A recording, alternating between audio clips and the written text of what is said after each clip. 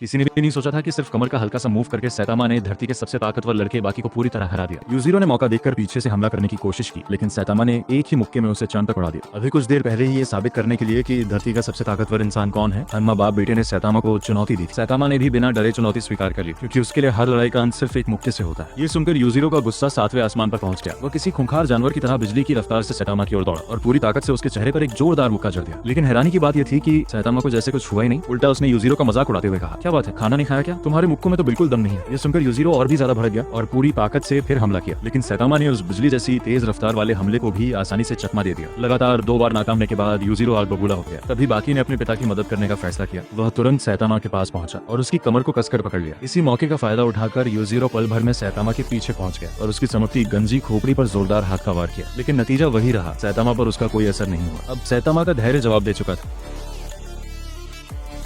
マジ殴り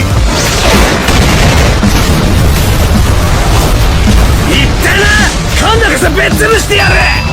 अगले ही पल उसने एक मुक्का मारा और यूजीरो सीधे अंतरिक्ष में जा पहुंचा, जहां जाकर वो चांद पर जोर से गिरा। अपने ही हाथ को देखकर सैतामा हैरान था। अरे मैंने तो ज्यादा ताकत भी नहीं लगाई थी। ये देखकर बाकी भी पूरी तरह चौंक गया। लेकिन तभी सैतामा ने मुस्कुराते हुए उसकी तरफ देखा। बाकी का खून जोश से खौल उठा। उसे काफी समय बाद ऐसा रोमांच महसूस हो रहा था। उसने सोचा, अगर इतने ताकतवर इंसान से लड़ते हुए मर भी गया तो कोई पछतावा नहीं होगा। इसके बाद बाकी ने अपनी सबसे खतरनाक तकनीक इस्तेमाल करने की तैयारी की। वह हवा में ऊंची छलांग लगाकर विनाशकारी हमला करने वाला था, लेकिन सैतामा ने उस हमले को भी बड़ी आसानी से बचा लिया। और अब बारी थी सैतामा की पलटवार की।